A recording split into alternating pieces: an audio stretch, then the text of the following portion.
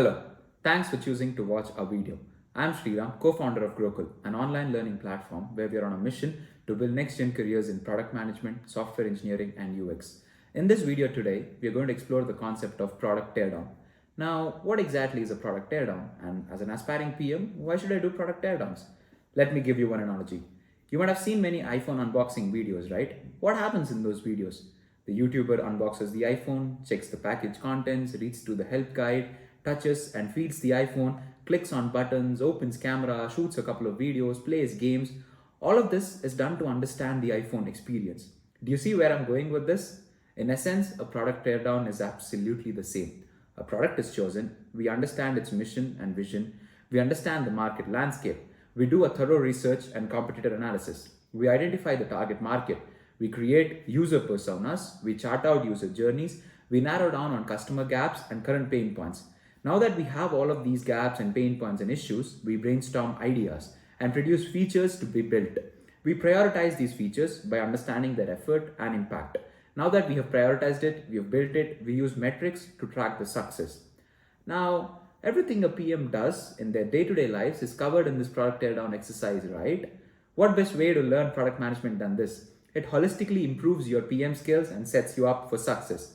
As part of today's video, I will be analyzing the app Grow, the popular investments platform that has built its own fan base over the years. Without any further ado, let's dive into this. Let's begin the product teardown with an overview of the app Grow. And we'll spend time in understanding which industry it belongs to and what is its annual revenue, where is it in terms of its downloads and metrics. Grow belongs to the fintech industry and is founded in 2016 and it achieved its unicorn status in 2020 April. So far, Grow has raised around $393 million over 8 rounds and is currently in Series E funding. It is founded by four people: Harsha Jain, Ishan Bansal, Lalit Keshre, who is currently the CEO, and Neeraj Singh. It has an annual estimated revenue somewhere between $50 million to $75 million dollars and average monthly downloads of 58,717, combining both iOS and Android versions of the app. Let's move into the competitor analysis of Grow. In the fintech industry, the primary players for Grow are Zerodha, Upstocks, Angel One, Paytm Money, 5paisa.com. But for this product teardown, we're taking the three primary players of this industry and we're comparing Grow against these three. So let's look at three major metrics: the active users, market captured, and the bounce rate. Compared to the other three, the places where Grow kind of lags behind is in terms of the market captured and the bounce rate, where Grow is at 10.7 and the market leader Zerodha is at 17.5% of the market. And in terms of bounce rate, Grow is at 45%, whereas Zerodha is only at 20%. Now, bounce rate is the number of people who we lose out on after the landing page. Grow loses out on 45% of the users who come to the landing page, and Zerodha only loses 20% of the users it comes to the landing page. For the sake of this comparison, let us only consider the market leader Zerodha and compare Grow against its technology and other key features. For this analysis, I've considered six major themes: the UI UX, accessibility, performance, maintenance, quality, and technology. And Grow leads Zerodha in two segments, which is the technology segment and the UI UX. Grow's main USP is its simple and easy to use user interface, and Zerodha has a lot of features, so that's the reason its UI is kind of convoluted and complicated. But in terms of accessibility and performance, Zerodha leads Grow by almost 15% and in performance by almost 10%. Let's look at a more structured way of the analysis. Now, in terms of pricing, Grow has a flat brokerage of 20 per trade, which is also its USP, whereas Zerodha has a variable percentage. For brokerage in intraday, Zerodha has 0.03% and for F&O trades, and Zerodha has a flat rate of 20 per trade for delivery trades. But again, the other place where Zerodha and Grow kind of differentiate is in terms of the investment options that are available. Zerodha is a lot more comprehensive, and apart from what Grow offers, Zerodha also takes on commodity trading and currency trading, which takes up a lot of other users currently Grow is losing out on. And also in terms of the customer support, Grow is only available during business hours, whereas Zerodha is available 24/7. The customer support is one of the best in industry from Zerodha. That is the reason why Zerodha has been able to capture more number of users, more number of active users in the market. And the other important element that Grow misses out on is the universe or an ecosystem. Zerodha has built an ecosystem for itself where different apps that Zerodha has built kind of complement each other and help improve the customer experience, whereas Grow is yet to do that.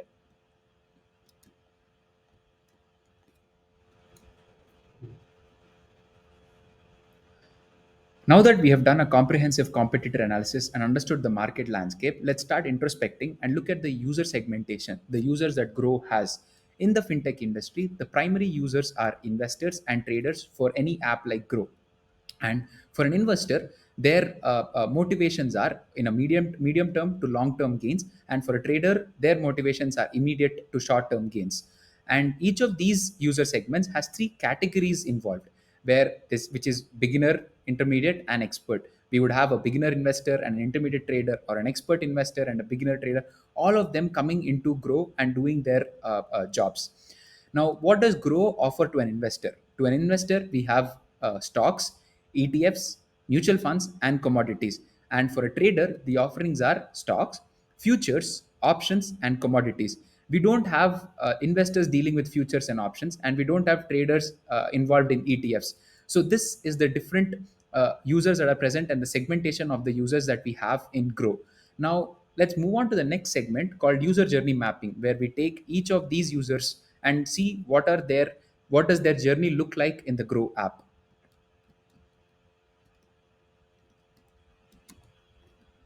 Let's begin this user journey mapping with investor user. Now, let's read through what exactly happens in an investor's journey with Grow.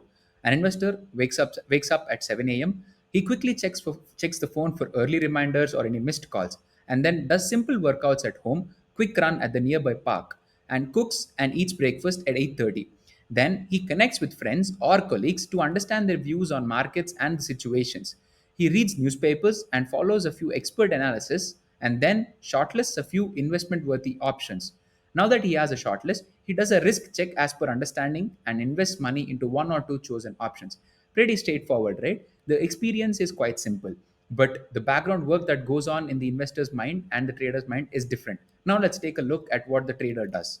Trader wakes up at 7 a.m., quickly checks phone for early reminders or missed calls, does short simple workouts to improve focus and alertness.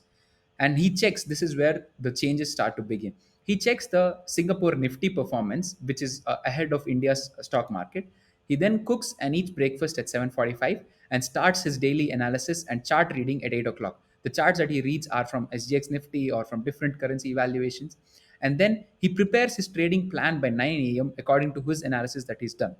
Then he starts once he has prepared his trading plan, he starts watching the pre-market session and understands how the market is going to play out between 9 and 9:15.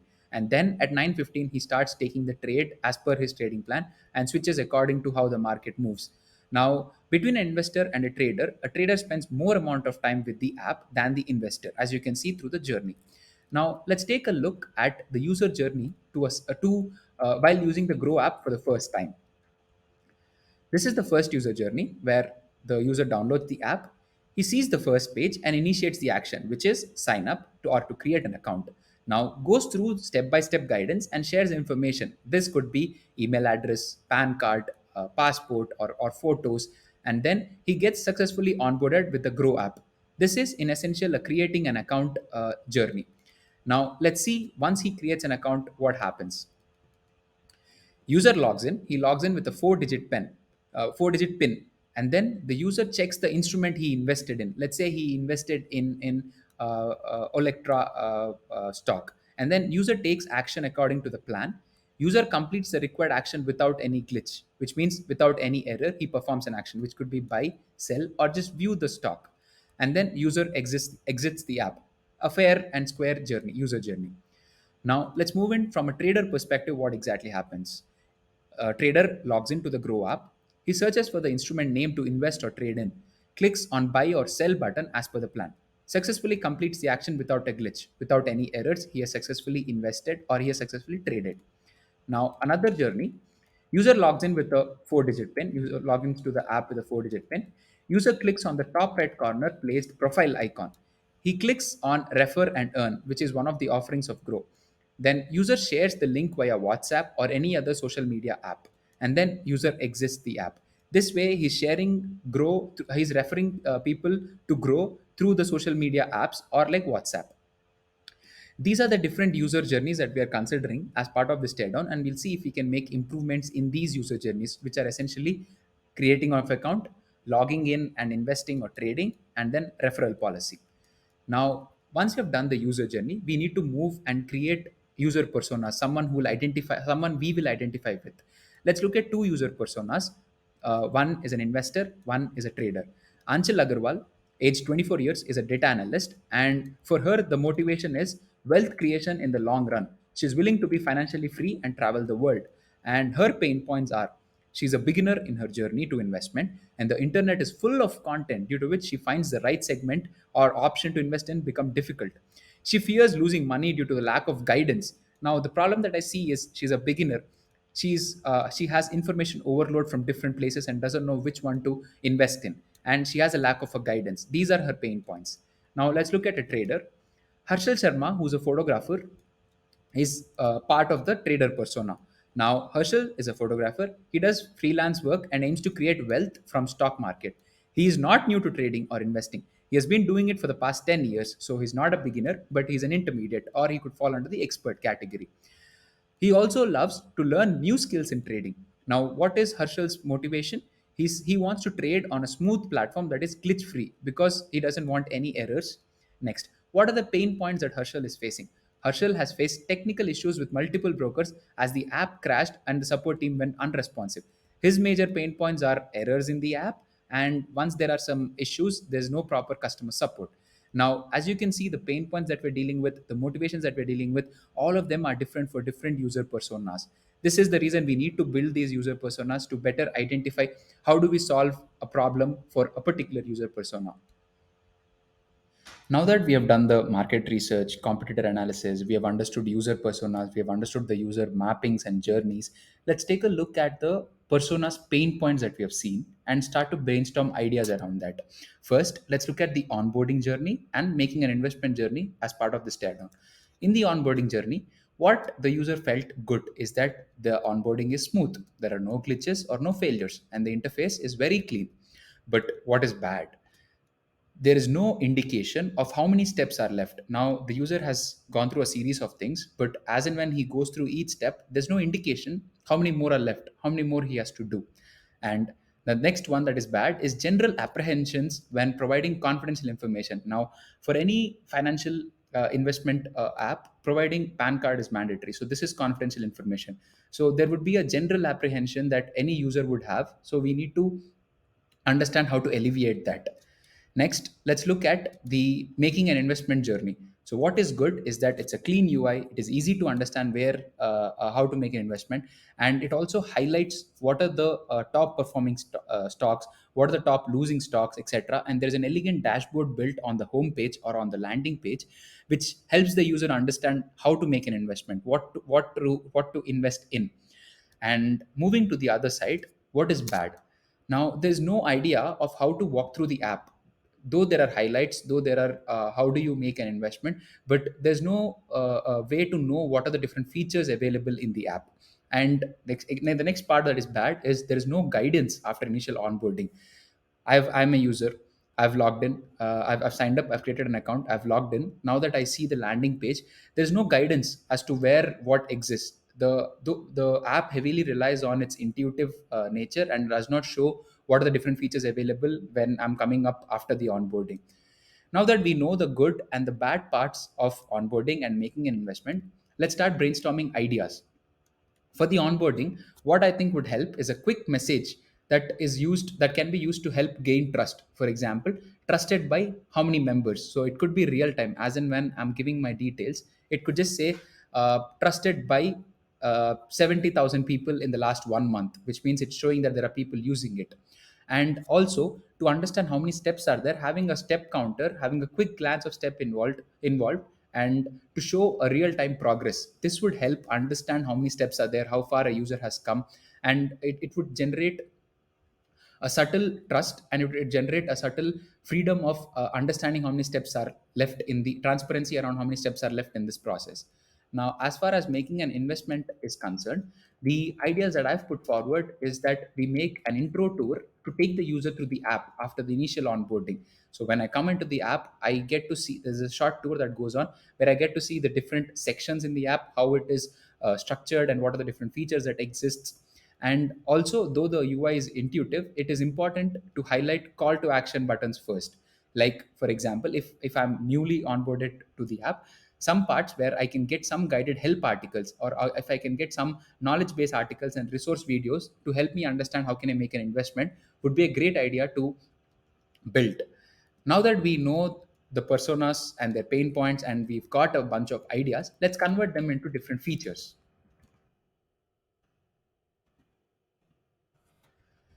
The ideas that we have listed down earlier after brainstorming, we have converted them into different features. They're called Grow Trust, Intro Tour, and Grow Academy.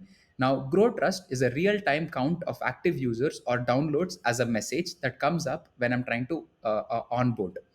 Now, and then another one is the step progress for improving the user onboarding, where I get to see the different steps involved and how far I have come with a simple and intuitive way of doing this.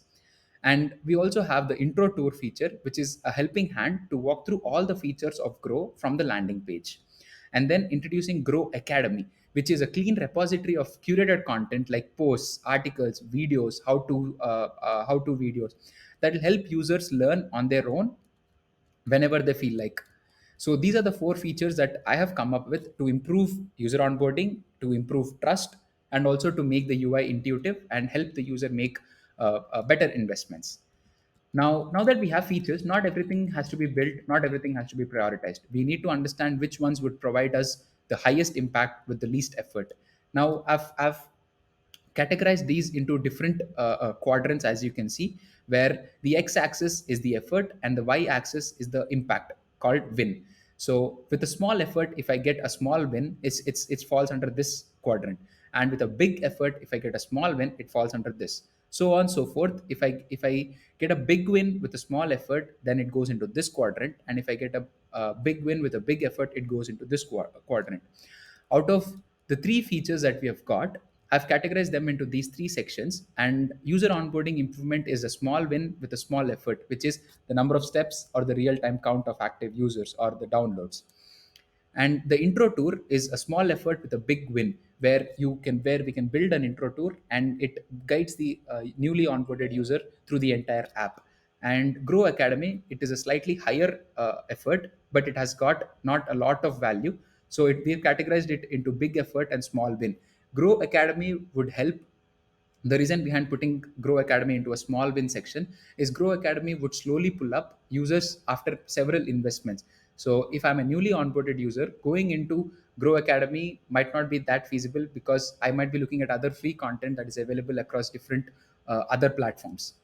Now that we have these features built and prioritized, let's look at how do we start measuring the success of this particular features. The success, now that I know the features that I want to build and the priority that I've assigned and built them, there has to be a way to measure them and understand the effectiveness. So these are the three metrics that I've considered for the features: the user sign up, intro tour, and Grow Academy. For the user sign up, the number of signups over the number of downloads is going to show us whether how many people are signing up, the percentage of it.